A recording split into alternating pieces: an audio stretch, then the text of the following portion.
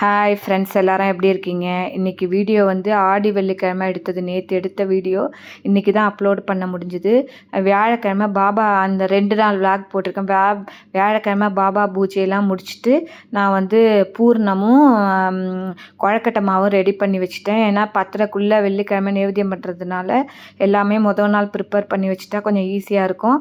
அதுக்காக இப்போ வந்து 3/4 கப்பு வெல்லம், 1 கப்பு தேங்காய் போட்டு நான் வந்து பூர்ணம் ரெடி பண்ண போகிறேன். இப்போ குப்பையெல்லாம் சுத்தமாக எடுத்தாச்சு. வெள்ளை பாகு கரையை விட்டு எடுத்துட்டு இப்போ அதை திரும்பி ஊற்றிட்டு தேங்காவையும் போட்டு நம்ம வந்து பூர்ணம் ரெடி பண்ணிவிடுவோம். இதோட வீடியோ ஏற்கனவே நான் அப்லோட் பண்ணியிருக்கேன், ப்ளேலிஸ்ட்டில் கொடுக்குறேன், நீங்கள் போய் செக் பண்ணுங்கள். இதை மாதிரி பூர்ணம் பண்ணுங்கள், கரெக்டாக இருக்கும். 1 கப்பு தேங்காய்க்கு 3/4 கப்பு வெல்லம், ஸ்வீட் கரெக்டாக இருக்கும். இப்போ ஒரு ஸ்பூன் ஏலக்காய் பொடி போட்டு ஸ்பூன் மேலே நெய் ஊற்றி ஆஃப் பண்ண வேண்டியதான். அந்த பாருங்கள், பூர்ணம் ரெடி. மாவும் ரெடி பண்ணியிருக்கேன், இதோட லிங்க்கும் கொடுக்குறேன்.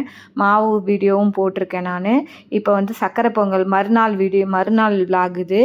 காலையில் வந்து ஃபஸ்ட்டு மாவுக்கு மாவு போட போகிறேன். அதுக்காக சக்கரை பொங்கல் பண்ணுறதுக்காக முந்திரி பருப்பு வறுத்து வச்சுக்கிறேன். ஒரு இதில் ஏற்கனவே வெள்ளத்தை நல்லா கரைய விட்டு தண்ணியை விட்டு கரைய விட்டு அந்த இது எடுத்து வச்சுருக்கேன் தண்ணியை. இப்போ வந்து பாகு காய்ச்சிடுவோம். கொஞ்சம் கெட்டியாக வரும்போது எடுத்து ஆஃப் பண்ணிவிட்டு ஏலக்காய் போட்டு இப்போ அரிசி வந்து பயத்தம்பருப்பு 1/2 கப்பு அரிசி, 1/2 கப்பு பயத்தம்பருப்பு வேக விட்டு குக்கரில் ஒரு 8 விசில் விட்டு வச்சுருக்கேன். அதையும் குட்டி கலரிட்டு ஏற்கனவே நான் எல்லாம் ரெடி பண்ணி வச்சுட்டேன். சக்கரை பொங்கல் விலாக் நான் போட்டதில்லை, இப்போ தான் புதுசாக. நான் ஆனால் லாங்காக எடுக்கலை, டைம் ஆகிடுத்துன்னு. வெல்லம் வந்து அளவு என்னென்னா 1 கப்பு வந்து அரிசி பயத்தம்பருப்புக்கு 1/2 கப்பு வெல்லம் போட்டேன். ரொம்ப டேஸ்ட்டாக இருந்தது. முந்திரி பருப்பு நெய்யெல்லாம் ஊற்றி இறக்க வேண்டியதுதான். அவ்வளோதான், சுவையான சக்கரை பொங்கல் ரெடி. சுவாமிக்கு நைவேத்தியம் பண்ணிடலாம். நான் வந்து இப்போ இது மாவுக்காக அரிசி வந்து 1 மணி நேரத்துக்கு முன்னாடியே ஊற வச்சு களைஞ்சி உணர்த்தி இப்போ இதில் வந்து இப்போ துணியில் உணர்த்தி வச்சுருந்தேன். அதை நல்லா மிக்சியில் அரைச்சிட்டு உங்கள் எல்லாருக்குமே தெரிஞ்சிருக்கும் எப்படி மாவு போடுறது. பண்ணும்போது அப்படியே காட்டுவோன்னு மாவு ரெடியாக எடுத்து எந்த அளவு மாவு எடுக்கிறோமோ அந்த அளவுக்கு வந்து வெல்லம் போட்டு மிக்ஸ் பண்ணிவிடுவோம். நம்ம வந்து இது மாவுக்காக எங்கள் வீட்டில் உதிரியாக கெட்டியாக போடுற வழக்கம் கிடையாது. உருட்டி மாவாக தான் நாங்கள் பிளேட்டில் போடுவோம், இல்லைன்னா இலையில போடலாம். இப்போ நான் அந்த ரெடி பண்ணிட்டேன் பாருங்கள் மாவு. இப்போ பிளேட்டில் நம்மள்ட்ட வெள்ளி பிளேட் இருந்தால் போடலாம், இல்லைன்னா சில்வர் பிளேட்டு, இல்லைன்னா இலை இருந்தால் இலையில போடலாம். இப்போ வந்து 2 பக்கமும் ஹோல் போட்டுட்டு அந்த இதில் கண் வச்சு இப்போ வந்து அதில் வந்து நம்ம மாவு ஏற்றிடுவோம்.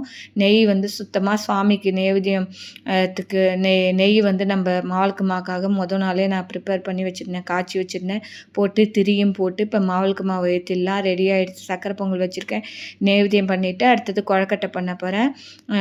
நல்லபடியாக மாவுக்கு ஏற்றியாச்சு.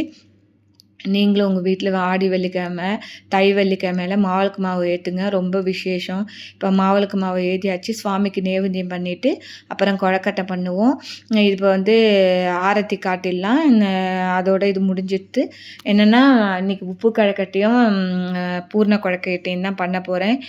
அதுக்காக வந்து நம்ம எல்லாமே ரெடி பண்ணி வச்சுருந்தேன், அதெல்லாம் எடுக்க முடியல. ஏற்கனவே இதோட விலாக்லாம் போட்டதுனால கொழக்கட்டைலாம் ரெடி பண்ணியாச்சு. இதை பாருங்கள், பண்ணியாச்சு. சுவாமிக்கும் நைவேத்தியம் பண்ணிவிட்டு சாப்பிட வேண்டியதான். ஓகே ஃப்ரெண்ட்ஸ், பிடிச்சிருந்தா லைக் பண்ணி ஷேர் பண்ணி சப்ஸ்கிரைப் பண்ணுங்கள். தேங்க்யூ ஃப்ரெண்ட்ஸ், பாய்.